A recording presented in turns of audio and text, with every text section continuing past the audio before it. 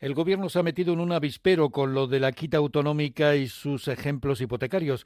El origen es la traslación a cifras y dineros del acuerdo de investidura alcanzado por el Partido Socialista y Esquerra Republicana de Cataluña en agosto de 2023. Un acuerdo para garantizar los votos suficientes para el mantenimiento de Pedro Sánchez en la Moncloa tras las elecciones. Este pacto anunciado por el líder de Esquerra Republicana, supone trasladar 17.100 millones de deuda de la Generalitat a las cuentas de la Hacienda Central. Y como esta reasignación de deuda no podía hacerse para una sola comunidad autónoma, el Gobierno decidió aprobar la redistribución de otros 66.000 millones de euros de deuda de los ejecutivos autonómicos a España. Esa deuda no ha desaparecido, se ha cambiado de cajón. Y ahora ese dinero lo debe el Estado, es decir, lo pagarán todos los contribuyentes, estén donde estén, vivan donde vivan. Pero los ciudadanos de los territorios que gastaron más aliviarán su carga y los que debían menos pues tendrán que hacer frente a gastos en partidas de las que no se beneficiaron.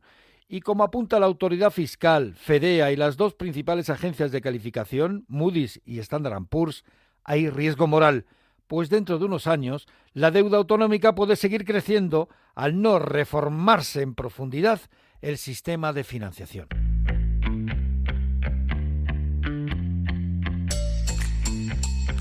La mirada económica con Ignacio Rodríguez Burgos. Una mirada inquisitiva, reflexiva y divulgativa a la realidad económica del momento. La financiación autonómica es el rompecabezas más retorcido del planeta, y más cuando se utiliza no solo para dar suficientes recursos públicos para el funcionamiento de los servicios que prestan las comunidades autónomas, como educación o sanidad, sino que se utiliza también como herramienta para garantizar apoyos políticos y como arma para castigar a los adversarios. Es lamentablemente una constante de la historia española de los sistemas de financiación autonómicos, incluido el actual, donde se ve claramente que las comunidades autonómicas más infrafinanciadas son Valencia y Murcia, sobre todo, pero también Andalucía o Castilla-La Mancha. Algo similar ha ocurrido con la mal llamada quita de deuda autonómica, donde se beneficia a Cataluña para pagar a Esquerra Republicana el apoyo en la investidura de Pedro Sánchez, donde se premia a Andalucía porque la vicepresidenta Montero es la candidata socialista y, claro, no puede enfrentarse a una campaña electoral recortando recursos, y donde se castiga a Madrid, que es la única comunidad autónoma que nunca pidió ayuda al Estado en mitad de la crisis financiera, no acudió al FLA, pero que cometió el gran pecado de bajar el impuesto a la renta. La historia comenzó con la puesta de escena del líder de Esquerra Republicana, Oriol Junqueras. Se trata de una condonación de 17.104 millones de euros, una condonación que también se aplicará según el criterio que el gobierno español considere oportuno a otros ámbitos territoriales y a otras administraciones del Estado. A todas ellas les deseamos lo mejor. Bueno, pues la vicepresidenta María Jesús Montero extendió el programa de redistribución de la deuda autonómica a todas las comunidades, pero eso sí, con criterios creados ex professo por la propia Hacienda. Probablemente uno de los pasos más beneficiosos, más trascendentales que han tenido las comunidades autónomas. El Estado, efectivamente, se compromete a asumir 83.252 millones de euros de deuda que reside en los territorios, una medida con la que todas, repito, todas las comunidades autónomas ganan. La cuestión es que el alivio de esa deuda, el reparto de la misma no es similar, no es igual en todos los territorios. La sorpresa llegaba en el Consejo de Política Fiscal y Financiera cuando las comunidades autónomas gobernadas por el PP, el 80% de la población, se levantaban y abandonaban la reunión, como indicaba Rocío Albert, consejera de la Comunidad de Madrid. Los únicos que perdemos somos los españoles. España pierde, Madrid pierde, concretamente 500 euros por habitante. Y el único que gana es el señor Sánchez, que es lo que ha acordado para seguir en la Moncloa y para que ella siga de presidente en Cataluña, y también ganan los independentistas. Más allá de la batalla política que se ha enconado, están las voces, los pareceres de los técnicos, de los expertos y de las agencias de calificación. Estas, las dos más importantes, Moody's y Standard & Poor's, que ponen nota a la deuda española en los mercados internacionales, advierten que puede tener efectos negativos sobre la calificación de la deuda del Reino de España. La Autoridad Independiente de Responsabilidad Fiscal advierte del riesgo moral, pues la deuda autonómica puede seguir creciendo. ¿Por qué? Pues porque no se ha puesto condicionantes. Las regiones pueden pensar que pase lo que pase, podrán ser rescatadas de nuevo y nos afronta el principal problema, la reforma del sistema de financiación. Como apunta Ángel de la Fuente, director de FEDEA, da la sensación de que primero se ponen las cifras que se desean y después se establecen los criterios del reparto. El reparto de la guita es muy cuestionable. Esto está cuadrado a martillazos para que salga lo que tenía que salir, ¿no? Javier Cuervo, profesor de innovación de Universidad. Gracias por estar con nosotros en La Mirada Económica. Muchas gracias por contar conmigo. Bueno, la AIREF, la Autoridad Independiente de Responsabilidad Fiscal, ha alertado en un comunicado que la quita de la deuda, tal y como se ha hecho y tal como lo ha preparado el Gobierno para las comunidades autónomas, sin ninguna condicionalidad, tiene el riesgo de que los gobiernos autonómicos vuelvan a caer en el endeudamiento.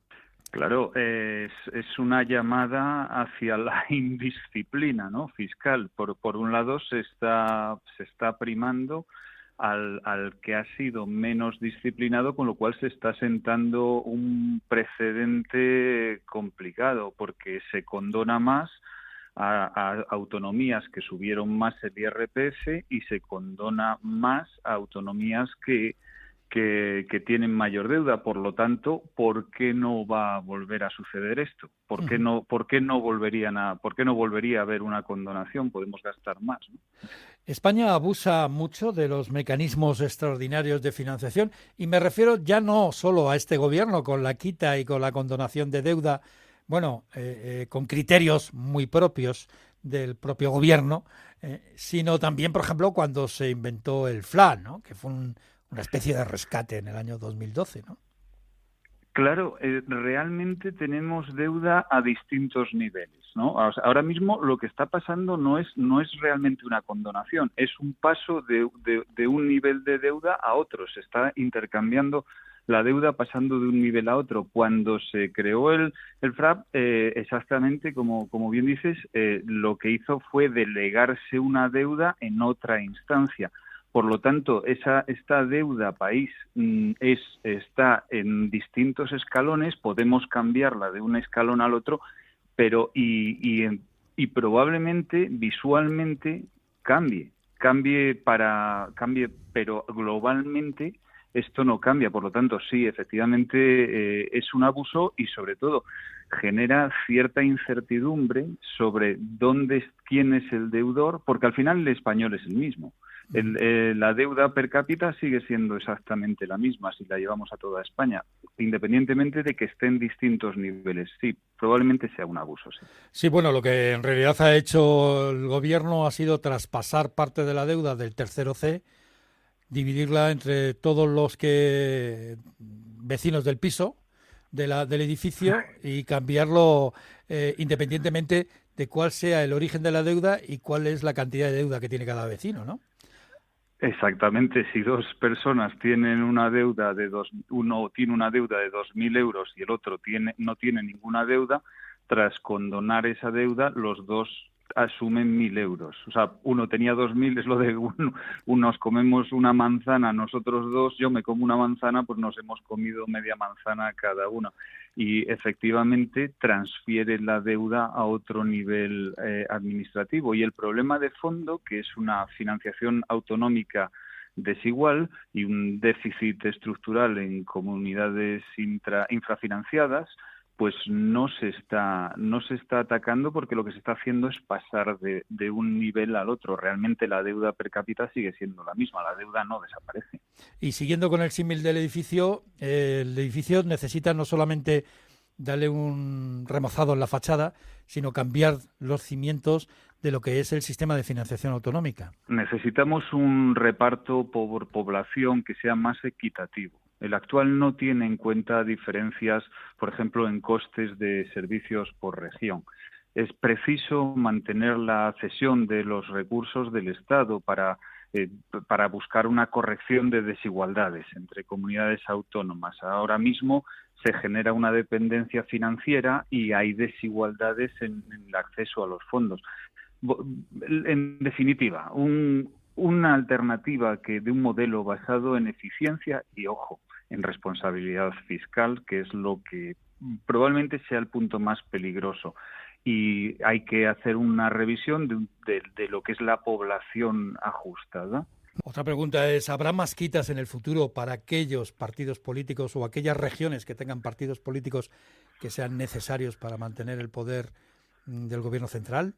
Efectivamente, es que en definitiva lo que subyace es una motivación política, no es una motivación económica, sino una motivación política que lleva a trasladar la deuda de una instancia autonómica a la instancia nacional.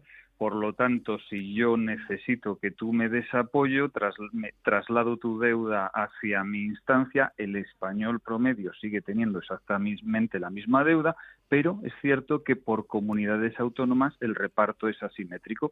Es decir, hay comunidades autónomas, hay españoles en comunidades autónomas que tienen un más 500 euros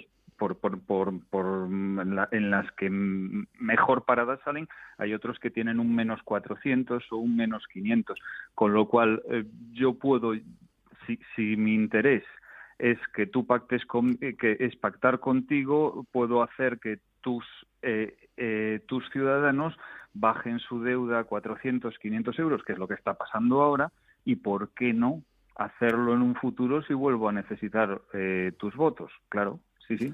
Javier Cuervo, profesor de Innovación de UNIE Universidad. Muchas gracias por estar con nosotros en La Mirada Económica. Gracias. La Mirada Económica. Ignacio Rodríguez Burgos. El martes es el día 4 de marzo, martes de carnaval. Ese mismo día está previsto que el gobierno de Donald Trump apruebe los aranceles del 10% contra China y del 25% contra todos los productos europeos. Ya veremos a ver qué es lo que ocurre. Europa, en cualquier caso, se defenderá, advierte el presidente Pedro Sánchez. Como ha dicho la Comisión Europea, vamos a defender nuestros intereses ante quienes quieran atacar las economías europeas con aranceles que están absolutamente injustificados y que amenazan también veladamente nuestra soberanía económica. Europa puede establecer represalias contra Estados Unidos, pero una guerra comercial intensa y prolongada entre ambas orillas del Atlántico generará inflación. Subirán los precios. Ya por lo pronto en España la inflación interanual ha regresado al 3%. Llevamos 5 meses consecutivos de aumento de precios. Esta vez por la elevación del coste del recibo de la luz. Una visión más profunda. María Jesús Fernández, economista senior de Funcas, gracias por atender la llamada de Onda Cero. Hola, ¿qué tal? Bueno, la inflación regresa a España, regresa al 3% en nuestro país y esta vez debido sobre todo al coste de la electricidad, del recibo de la luz, ¿no? Efectivamente, la inflación ha subido 1/10 en febrero como consecuencia básicamente del aumento del precio de la electricidad. El precio de la electricidad bajó en los años 2023 y 2024, pero ya en los últimos meses de 2024 ha vuelto a ascender y debido sobre todo al encarecimiento del gas natural, ¿no? Que pesa mucho en el precio, influye mucho en el peso de la electricidad, ¿no? Y además, según los descuentan los mercados de futuros del gas natural, estos precios elevados del gas natural se van a mantener durante todo este año, por lo tanto es muy probable que el precio de la electricidad se mantenga en niveles elevados también a lo largo de todo este año. En cambio, las gasolinas que han subido lo han hecho en menor medida que el año pasado, ¿no? Sí, el precio de la gasolina también ha subido algo. En cualquier caso, pues su precio todavía está, tal y como se mide en el IPC, pues todavía está por debajo del precio que se pagaba el año pasado, ¿no? El precio del petróleo pues se encuentra en un nivel pues relativamente reducido y se espera que se mantenga en ese nivel a lo largo de este año. Por lo tanto, pues bueno, no esperamos. En principio no esperamos que haya tensiones inflacionistas procedentes de este componente. Lo que pasa es que, claro, el precio del petróleo pues bueno, está muy sujeto a eventos geopolíticos y cualquier cosa puede cambiar este panorama en cualquier momento. Sí, porque ahí tenemos a Donald Trump que lanza aranceles contra todo lo que se mueve, ¿no? Pues bueno, el impacto, por lo menos a corto plazo este año, no creemos que vaya a ser realmente relevante, ¿no? El impacto sobre los precios, ¿no? En el caso de España, los productos destinados a consumo final que importamos de Estados Unidos realmente son poco. La mayor parte de lo que importamos son productos agrícolas, luego productos energéticos, por supuesto, gas natural, petróleo y también medicamentos, ¿no? Esas son las principales importaciones que compramos de Estados Unidos. La verdad es que no creo, podría ocurrir, pero no creo que la Unión Europea imponga aranceles a este tipo de productos que son muy sensibles, ¿no? Medicamentos, productos alimenticios, productos agrícolas. Hay otros productos, pues materias primas, productos semielaborados sobre los que se podrían también imponer sanciones y podrían encarecer, pues bueno, a lo largo de la cadena de producción podrían suponer algún encarecimiento, pero no creo que finalmente se note tanto, se note de una forma muy visible en la tasa de inflación, ¿no? Por lo menos a corto plazo. Luego, si esta guerra comercial pues se alcanzara mayor agresividad y bueno y durara más tiempo, pero quizás podría empezar a notarse. Pues María Jesús Fernández, economista senior de Funcas, gracias por estar con nosotros en Onda Cero. Pues nada, un placer. La mirada económica, un podcast de Onda Cero. Los juegos de la geopolítica tienen a la energía como un arma de presión. Lo hemos vivido con el gas de Rusia cuando invadió Ucrania.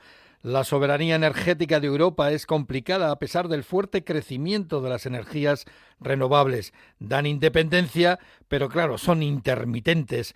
Estas han tenido al gas y a la energía nuclear como, generadoras de respaldo, como fuentes que están ahí cuando no hay viento, cuando no hay sol. Al no haber todavía una tecnología de almacenamiento masivo, pues las centrales nucleares adquieren un nuevo valor en este contexto internacional tan complicado, con tanta incertidumbre, y más cuando la economía se va electrificando cada día más. Los máximos dirigentes de Iberdrola, Sánchez Galán, y de Endesa, José Bogas, defienden la extensión de la vida útil de las centrales nucleares en España. Quizá nos conviniera a todos, y cuando hablo a todos hablo en el interés general del país, alargar la vida de las centrales nucleares. En la actualidad son absolutamente necesarias las centrales para mantener la estabilidad y las luces encendidas. Y mientras aquí el gobierno socialista intenta maniobrar con esto de la prolongación o no de las centrales nucleares, en Bruselas la Comisión Europea ha autorizado a Bélgica a abonar, a pagar una subvención de 32.000 millones de euros para mantener abiertas durante 10 años más 2 reactores nucleares. La mirada económica. Es todo. Muchas gracias por estar con nosotros una semana más en La Mirada Económica de OndaCero.es.